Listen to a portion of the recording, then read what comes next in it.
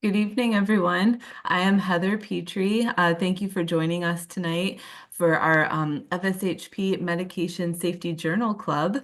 I am here to announce Kevin Martin, introduce him. He graduated from the University of Florida in 2018 and did his PGY 1 and 2 in Health System Pharmacy Administration at the University of Iowa Hospitals and Clinics. He was previously the pharmacy operations manager of Jackson Memorial Hospital in Miami from July 2020 until April 2024, and is now the pharmacy operations manager at Advent Health East Orlando campus.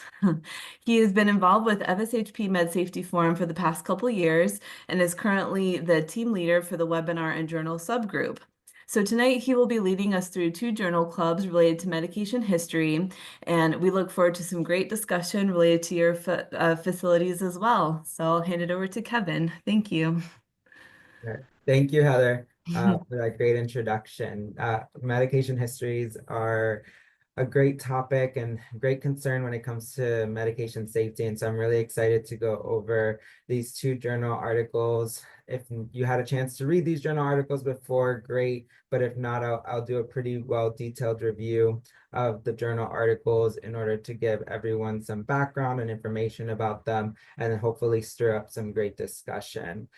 In my current role, I do have medication history technicians that roll up through me. So I do deal with our medication history processes on a day-to-day basis. And I think it's a great topic to stir conversation and always great to learn from other institutions and other individuals involved in this process to see best practices and how we can improve the processes that we have in place. I know a great topic for on everyone's mind is how to get continuing education for the hour that we will be together. And so following the webinar, attendees will receive a link to claim credits and evaluate the presentation. The link will be sent to the email address that was used to register in Zoom. So the process will be to use the link, and the evaluation will be active until March 25th at noon. So please complete that evaluation by the deadline, and you can contact Tamika if you do not receive a link to the evaluation within 24 hours following the webinar. As a reminder to check your junk and spam folders as well. I will go over this process again at the end, just as a reminder. But with that, we'll get started with the presentation. I do not have any financial interest to disclose at this time. Throughout this presentation, we're going to discuss the pros and cons of medication history collection tools, analyze the impact of pharmacy-led medication histories on patient safety, and determine the impact of an accurate medication history on preventing medication errors. As I mentioned before, we'll be going over two separate articles that discuss medication histories and how it can impact patient safety. Article 1 is here. So this is the first article that we'll be going over today, and it's the medication reconciliation by pharmacists for pre-admission patients and how it improves patient safety. To begin, we'll just define what the medication history is based off the World Health Organization definition. And it's the formal process in which healthcare professionals partner with patients to ensure accurate and complete medication information transfer at interfaces of care. In this article specifically, they have some definitions on the medication safety concerns that are present with medication histories. Multiple different sources have varying different statistics on these matters. And so we'll see some different statistics between this article and the next. But here we can see that they found 67% of hospital cases have medication history errors, and 85% of 85% of patients had errors upon admission and were attributed to be from medication history. Although we see varying definitions, and we'll see varying definitions in the two articles that we have, all the definitions across the board do show that it is a big concern and a big area that we could have potential errors for patients and can cause potential harm for patients. And so it's still something that we should focus our efforts on in order to ensure that we are providing the best care and safe care to the patients that we're treating. Looking at this study in particular, it took place in a single center. It was a retrospective observational design study. It was a 614 bed hospital in Gifu. It was Gifu University Hospital. It was on an orthopedic unit, so it was elderly patient population with other comorbidities. Patients rarely change. They chose to do the orthopedic unit because patients rarely change their pre-admission medications for their comorbidities. So there's not a lot of changes that they would have to be concerned about that would be impacting the medication history collection process. And these patients are also in the hospital for relatively long stays, which was important for making sure that they continued their home meds accurately once they completed that medication history. The time frame for this study, so pre-intervention, they looked at a time period between April 1st, 2012 to March 31st, 2015. And then post-intervention, they looked at the time period of April 1st, 2017 to April 30th, 2020. So 3-year span pre-intervention and a 3-year span post-intervention. Looking at what their intervention actually was, we can start with our pre-intervention group, looking at how their medication history process was prior to a pharmacist-led medication reconciliation process. And so before a patient would be admitted, no workup would be done prior to that admission. Their pre-admission medication history was checked by medical staff in the wards. The physician would order those prescriptions from their medication history to be continued inpatient. The pharmacist would prepare the medicine in the pharmacy department, and then the nurses will receive those medications based off the physician's orders. So a lot of that work happening within day 1 and going into almost day 2 of their patient's hospitalization. Looking at post-initiation of the pharmacist-led medication reconciliation process, pharmacists would do their initial medication history prior to the admission of the patient. Typically, I think the median from the study was 13 days. And then so they would, and that would be done by the pharmacist prior to the patient coming to the hospital. And then from that, the physician was able to then order their pre-admission medications in preparation for when the patient was going to be in their hospital stay. So then when the patient was already admitted, the pharmacist and pharmacy department can prepare those medications for the patient upon day 1 of the patient being on the unit, and the patients and the nurses were able to give those medications. So it really has streamlined their workflow in order to allow patients to resume their home medications and not have as long of interruption in therapy from pre-initiation to post-initiation. Their primary outcome for this study was incidence of medication errors, which were related to pre-admission medications and which occurred within 5 days after admission to the hospital. And their secondary outcome was a number of antithrombotic interruptions suggested to physicians and the acceptance proportions. Comparing their pre-initiation group and post-initiation group, the number of inpatients in their pre-initiation group was approximately 1,000 patients, slightly more females than males, with a median age of 62. And the majority, 76% of those patients were receiving pre-admission medications while in the hospital. Looking at the post-initiation group, there were more patients. There was 1,600 patients approximately. Still slightly more females than males. A slightly older age group, but not significantly older at 65. And still about 80% of those patients were receiving pre-admission medications. When looking at the interventions made by the pharmacists, 94.2% of the medication reconciliations were completed by pharmacists in the initiation group. The median time from pharmacist-led medication reconciliation to hospital admission was 13 days. and 93.9% of patients received alternative drug recommendations by pharmacists.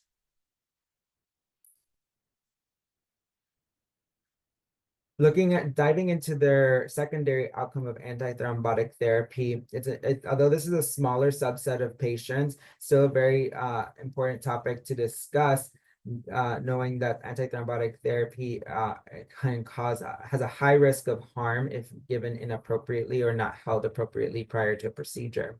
And so looking at 306 patients that were on antithrombotic therapy in the post-initiation group, the pharmacist made suggestions on interrupting antithrombotic therapy prior to the patient's admission in about 92 patients, so that about 30% of those patients. And when looking at those 92 patients, that recommendation was accepted by the physician 95% of the time. So even though a smaller subset of these patients required intervention by the pharmacist, still a large proportion of those patients potentially avoided harm due to continuing an antithrombotic agent prior to their hospitalization inappropriately. So great catches by pharmacists in preventing medication errors.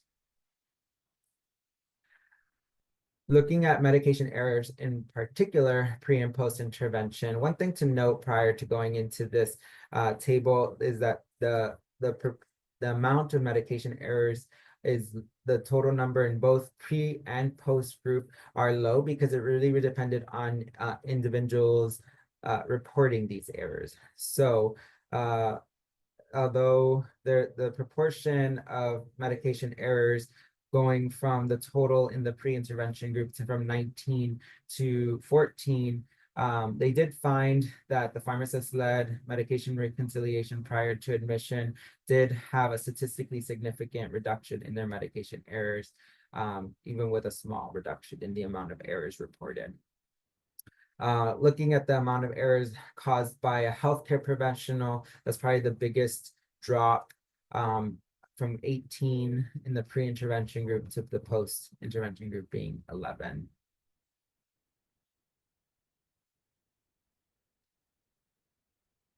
This study looked at, in their discussion section, other studies. So in the first study that they discussed in their discussion section, they reported the impact of pharmacist-led medication reconciliation within 48 hours of orthopedic admission for surgical treatment. They found that 84.5% of interventions based on pharmacist-led medication reconciliations were accepted by surgical residents and fellows. So a really high proportion of interventions being accepted when making those recommendations and doing that medication reconciliation.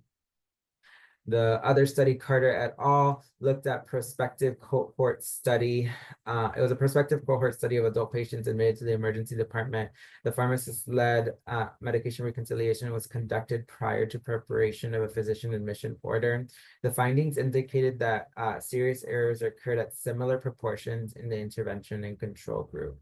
And so there's these differences in trends may be due to the differences in departments, different age groups, and different study designs in these two studies. All to say that there are varying literatures out there that show varying benefits from pharmacist-led medication reconciliation and doing that process and preventing errors.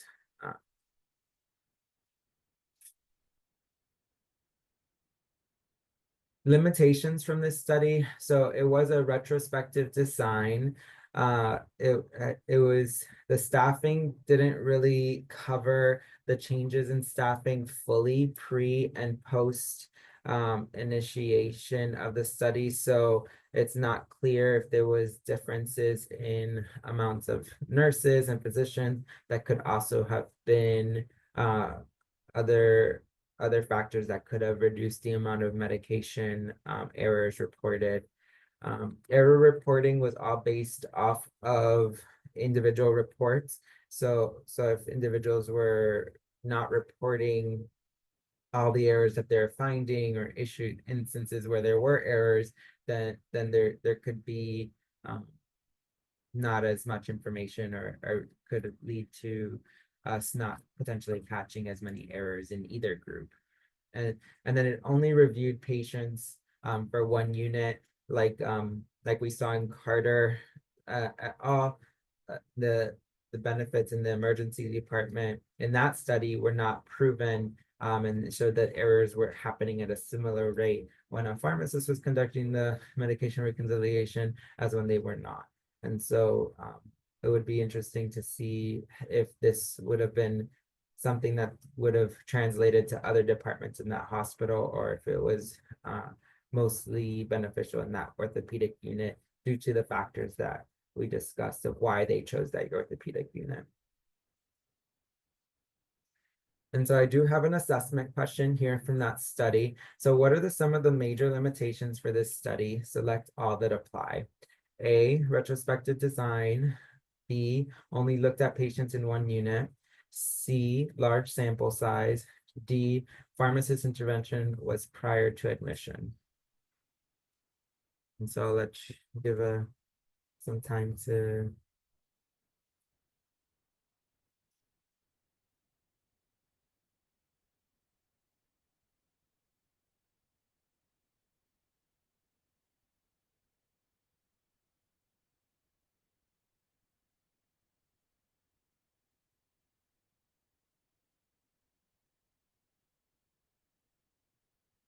I see a large amount of you in the chat have responded A and B, which is correct. So some of the limitations include that it was a retrospective design, so not prospective, and then only looked at patients in one unit. And so some of the issues with it being retrospective is that we had to depend on only the medication errors that were reported during that time period as the marker of whether it was reducing medication errors, versus if you chose to do a prospective design, you could track those errors a little bit better and find ways to capture those things. So, and then I did want to have some, with it being a journal club, it's always great to have some group discussion involved, and love to hear some of your feedback on this study as well. So I do have some possible discussion points on the screen. So how does this study design and results relate to current practices at your institution? And do you feel like there are other strengths and limitations not discussed by this author? And so I open up the floor to anyone who would like to share their feedback or insights on this study.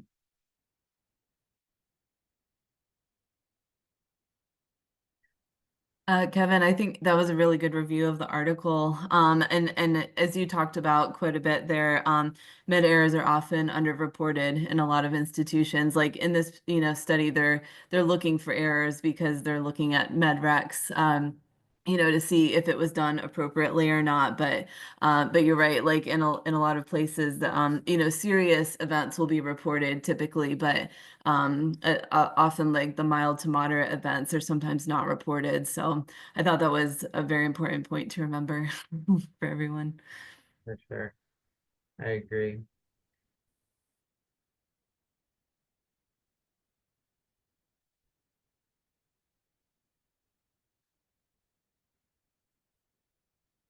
And so I know if like for Advent Health, one of the things we're trying to move towards also is doing our medication histories prior to admission for patients that are surgery patients. So I thought that's what really drew me into this study, is something that we're actively pursuing and working towards. Is this a practice that others are doing, and what is the success that we're having with that?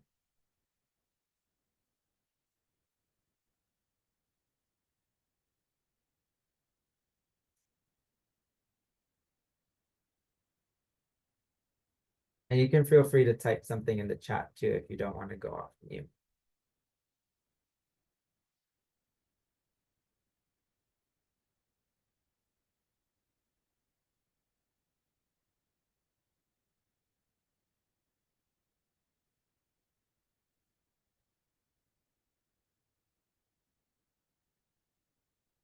Gina wrote in the chat, we do not, but our technicians mainly do med history in the ER.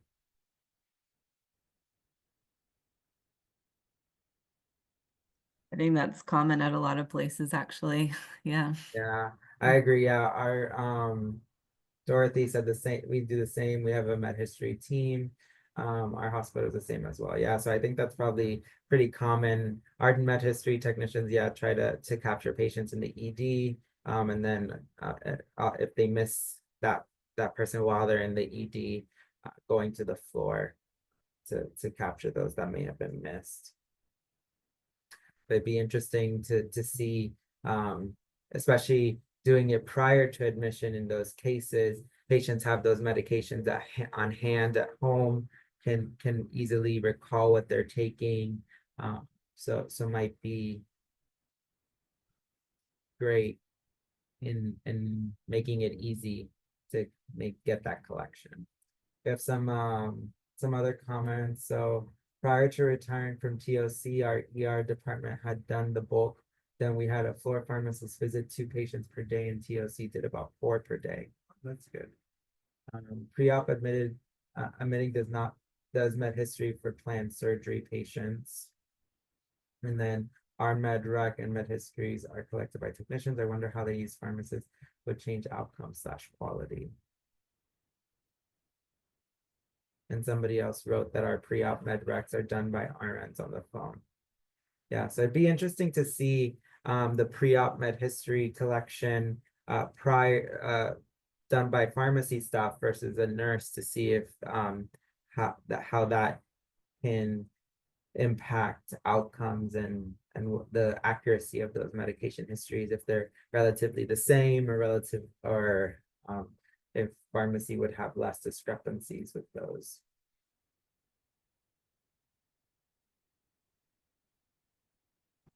Now we have an additional thing at my institution. We have virtual nurses also doing medication histories on the floor.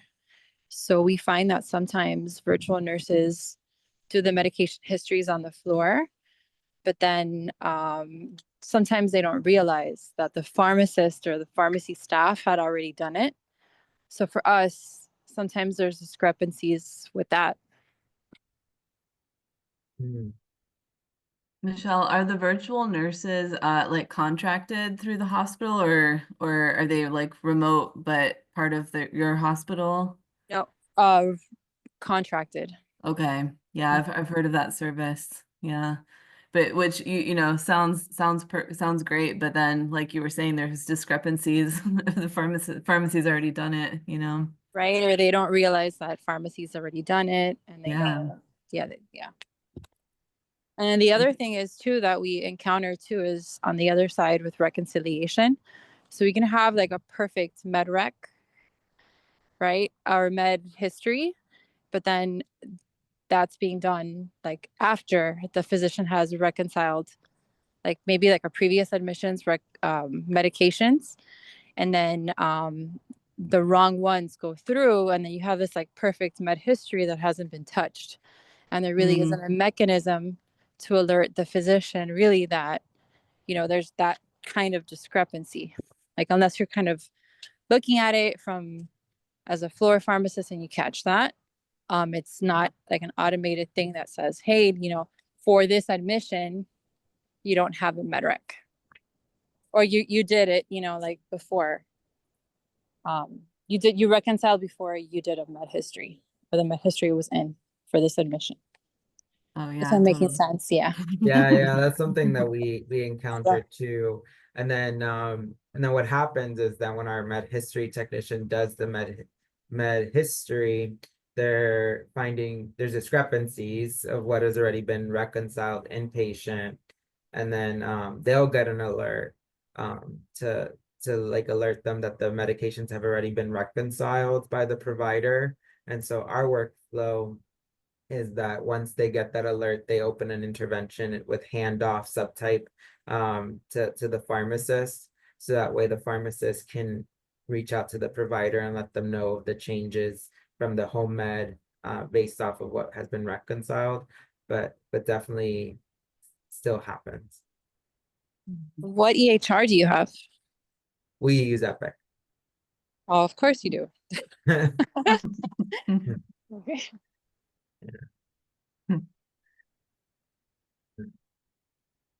Perfect. Yeah, a lot of great discussion in the chat too. Yeah, see that. Thank you, I know everyone. it's hard to follow. Yeah, It's a lot. but I see everyone's Yeah. talking to each other and collaborating, and I think that's great.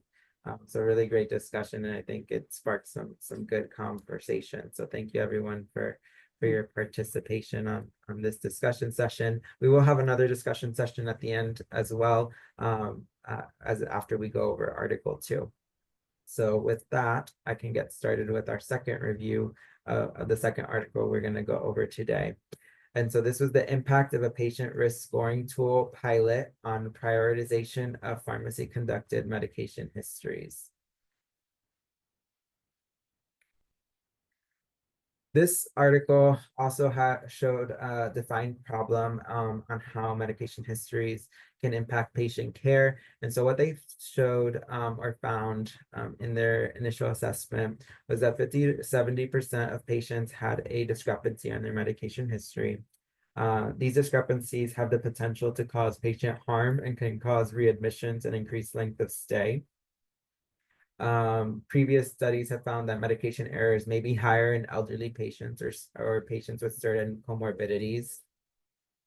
And then high-risk are also medications most commonly involved that can cause issues or harm for patients, include antiplatelet agents, anticoagulants, diuretics, and NSAIDs.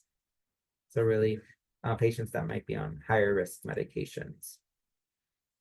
So their goal was to do a pilot study. They gained input from their medication history staff on certain medications or workflows that they should include on a scoring tool. And then they focused in this study primarily on emergency department patients. And their goal was to performing high quality medication histories for emergency department patients, utilizing this scoring tool. Once they developed the scoring tool, they would categorize patients as either low risk, medium risk, or high risk. Their low risk patients had a score of less than 25. Medium risk patients had a score between 25 and 50. And high risk patients had a score that was greater than 50. So pre-intervention, they had a 2-week period that they analyzed. It was November 7th through November 18th of 2022. And they collected data stratified by patient risk and proportion to discrepancies. A discrepancy in this study was defined as an inconsistency between the prior admission medication list and the active inpatient orders that was unintentional.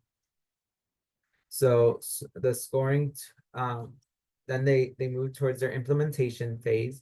They developed and built their scoring tool into their electronic medical record.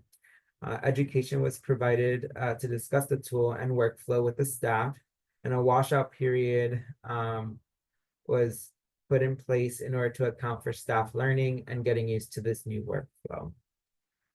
After the implementation, they did a new analysis. So they had a 2-week period, January 16th through January 27th of 2023. And then these staff would use a scoring tool in the electronic medical record to filter patients and prioritize. We did reach out to the authors of the study because the scoring tool was not originally posted with the article. So we did get a copy of their scoring tool that we're able to share with you all today. So they had 2 phases.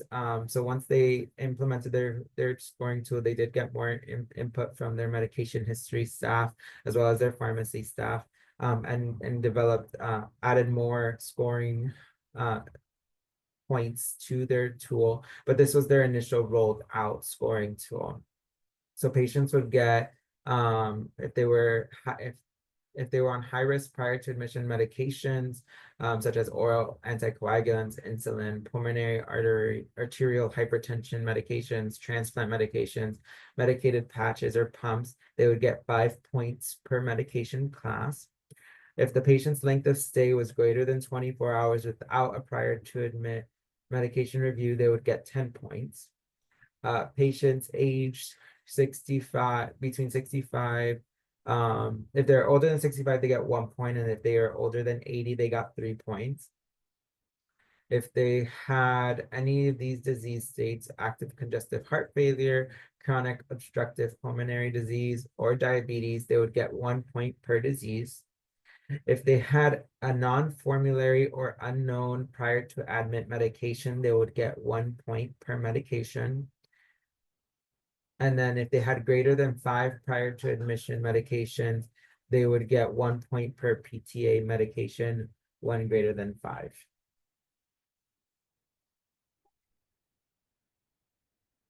So this is the updated list. So they did add more diseases to the main point is that they added more diseases and more medications into their high risk prior to admission medications. So, and then more of the disease states that would trigger points in order to create a more sensitive tool.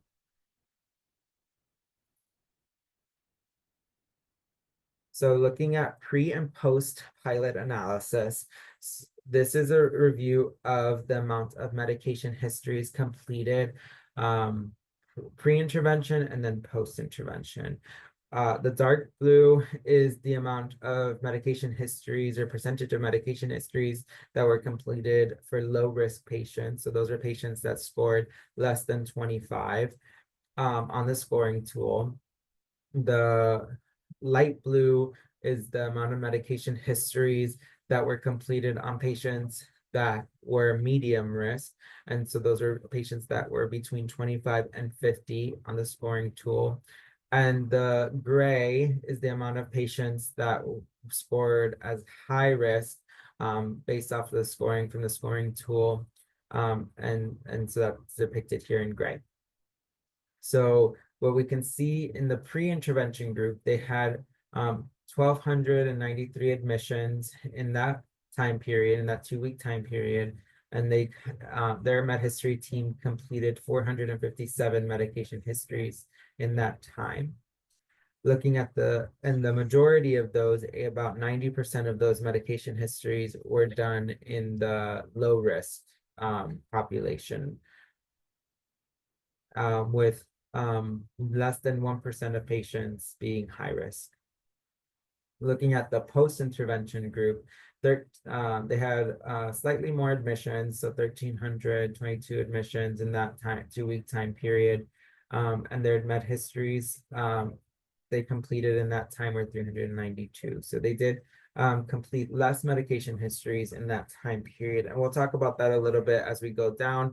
I'll go further into the presentation, but looking at the breakdown of their medication histories, the amount of medication they completed in low risk patient populations was about 60%, so down from 90%, and the amount of medication histories completed for medium risk patients did go up to 35, almost 36%, up from 10%. And then their amount of medications history completed for high-risk patients went up to 4.6%, up from 0.2%. And so then looking at the discrepancies from these medication histories, so pre-intervention, the amount of discrepancies that were found came out to about 19.3% of medication histories completed had discrepancies that they had found. And then post-intervention, the rate remained about the same at a discrepancy with discrepancies about 18.9% of the time. With more of those discrepancies happening in the medium or high risk groups, but that is to be expected because now we have a larger amount of medication histories being completed in the medium and high risk groups than we did in the pre-intervention group prior to the intervention.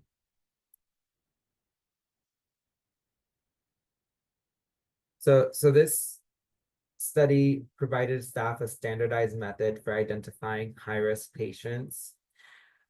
As we saw, the total amount of medication histories decreased between the pre-intervention and post-intervention period, with more high and medium risk patients being targeted, it's likely that those high risk and medium risk patient populations required more time, which would then mean that they were able to complete less medication histories. One of the scoring items is medication, it's high risk medications, and usually or disease states with those patients typically are on several different medications. And then if patients were on more than 5 medications, that would trigger additional points to be scored. And so the more medications that a patient is taking, the more time that a medication history would take in order to confirm all of the correct information from the patient on frequency, dosing, and all of that. Multiple individuals are able to update the medication list. So it's not just pharmacy that updates this. We had a good discussion actually from the first group discussion about how even in situations where pharmacy goes in and does do the medication history and updates the list, somebody can't, a nurse or a provider could go in afterwards and update that list, and that could end up causing a discrepancy from happening, and that wouldn't have been carved out from this study or from these results. And then majority of discrepancies from the post-implementation groups were actually from medications not being ordered. And so they did try to exclude medications not ordered for intentional reasons. So it's not clear if maybe it's not capturing the intentionality of, or not documented correctly, the intentionality of not reordering those medications, which could lead to us believing that there are discrepancies when they may not have been.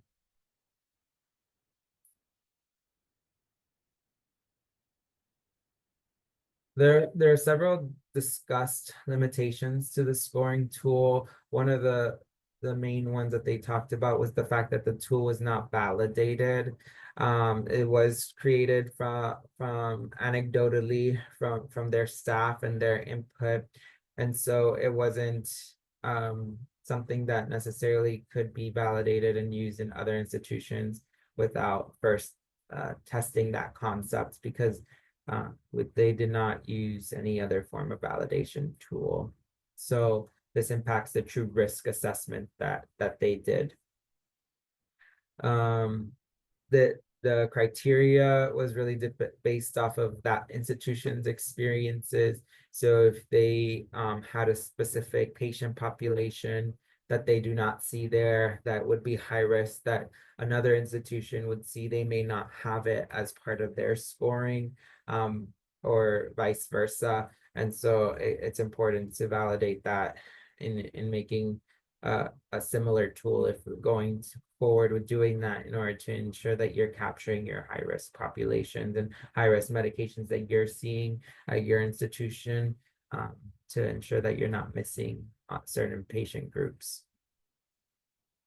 And then there's the potential for inadvertently low risk, scoring patients as low risk when they had never used the institution before, because several of the scoring factors on the tool were really dependent on the patient having visited that institution prior. That includes them having medications on their prior to admit list. So if they weren't seen there in your institution before, they would have no medications on their PTA med list. So then they would not have any scores of medications greater than 5, no high risk medications on their list that would flag scores. They would have things like that would not flag, and so then they may end up being scored as a low risk patient, when in fact, once the medication history is completed, we can see that it actually was a medium to high risk patient based off the medications they were actually taking.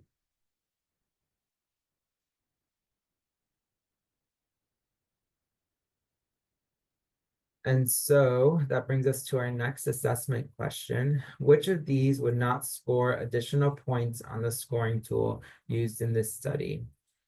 A, age greater than 65. B, congestive heart failure. C, more than 5 medications on the PTA med list. D, male. E, non-formulary medication on the PTA med list. I'll give everyone a few seconds.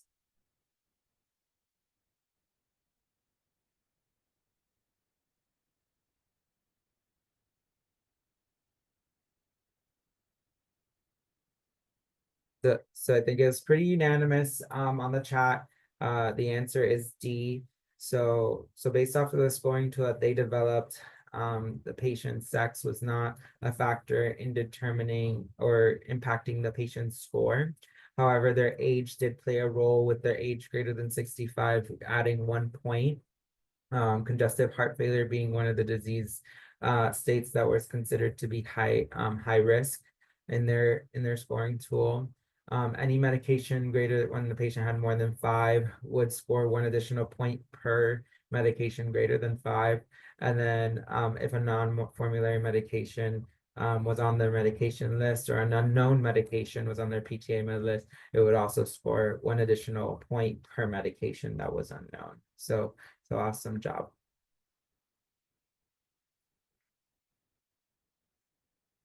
So this brings us to our next group discussion point. So I want to hear from you all again. And some of the points that we can potentially discuss include: what would you add to a scoring tool to flag patients that are at higher risk? And would you find a scoring tool helpful for determining priority of completing medication histories? And so feel free to type your opinion or feelings about the scoring tool in the chat, or if you're brave and would like to unmute yourself, I do encourage that as well.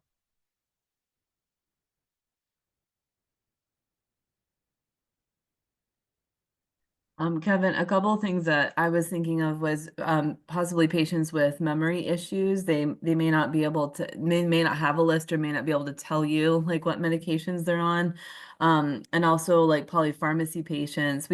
I think we're not always great at asking if they go to multiple places, you know, for meds. We just ask them what they're taking, and they may think of one place they're getting meds from, but maybe not all of the places. So I think those might be a couple things to think about for the scoring tool.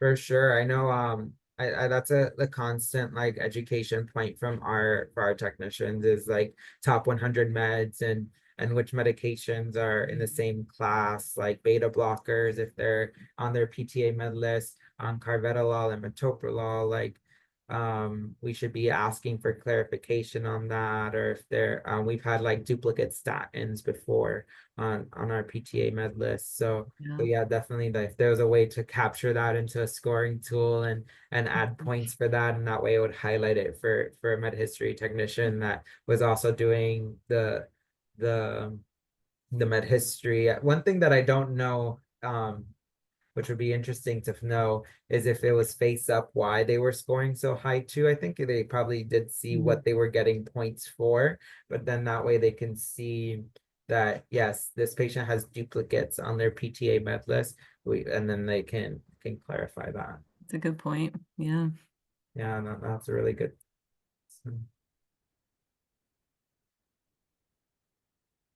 Yeah, I had the same thought as Chelsea. So I'm glad you brought that up, Chelsea, that a scoring tool will be helpful in managing who completes the MedRec, or a pharmacist double checking was entered by the technician more closely for those high risk patients, to ensure that the med history was really done properly, or if there's any potential errors that they can catch. So yeah, like a double set of eyes, and utilizing that scoring tool to help with prioritization of that double check, I think is really a good point. Yeah, I agree with Charlemagne, that often have to contact emergency contact to get more accurate info. I know our technicians frequently have to contact somebody at home to see what patients are taking, and so very good point there.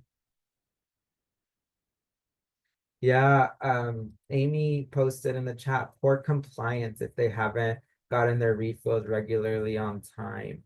That would be really good and interesting. I would be interested to see if that would be something they can build. Probably easier if they fill at your institution's own retail pharmacy if you have one locally. But if that data would cross over easily into the system to help with the scoring tool. Mary wrote, I'm wondering if there was a broader lit search for any validated scoring tools would have helped, or if they chose to create the tool themselves to be more specific to their institution. So based off of what they wrote, it looks like they developed the tool themselves. They didn't reference any other tools in their sections that I saw. And that was one of their major limitations that they listed, was that it was only really validated at their institution. But yeah, good point.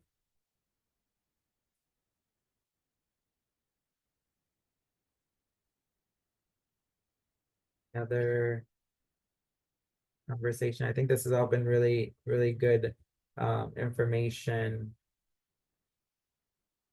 I know when our med safety forum and the journal club was meeting, this was big topic of conversation, was seeing the actual tool and seeing it in action. And so when we were able to get that information from the health system that built it, that was really helpful to, I think, for me, to really understand the article a little bit better and understand the workflow.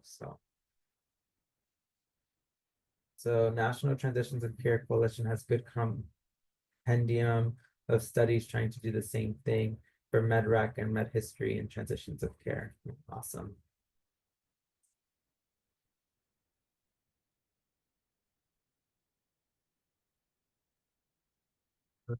Jody wrote, patients coming from rehab facility meds are often completely different meds than their home meds and often have to call facilities to get most current list, as patient will tell you their home meds. Yes. I know that's happened here before, that if the med history personnel doesn't catch right away what medication, that the patient comes from a facility and asks the patient what medications they were taking, the patient will tell them a list of medications that they were taking from home, and then not realize that actually the most accurate list of medications was actually from a facility. So it might actually it might be useful to have that in a tool too, of whether the patient is from home or from a facility, and if they're from a facility, give them a certain amount of points, so that way we can better differentiate those patients and not confuse the medication list from prior to admission to the facility versus when they came from the facility.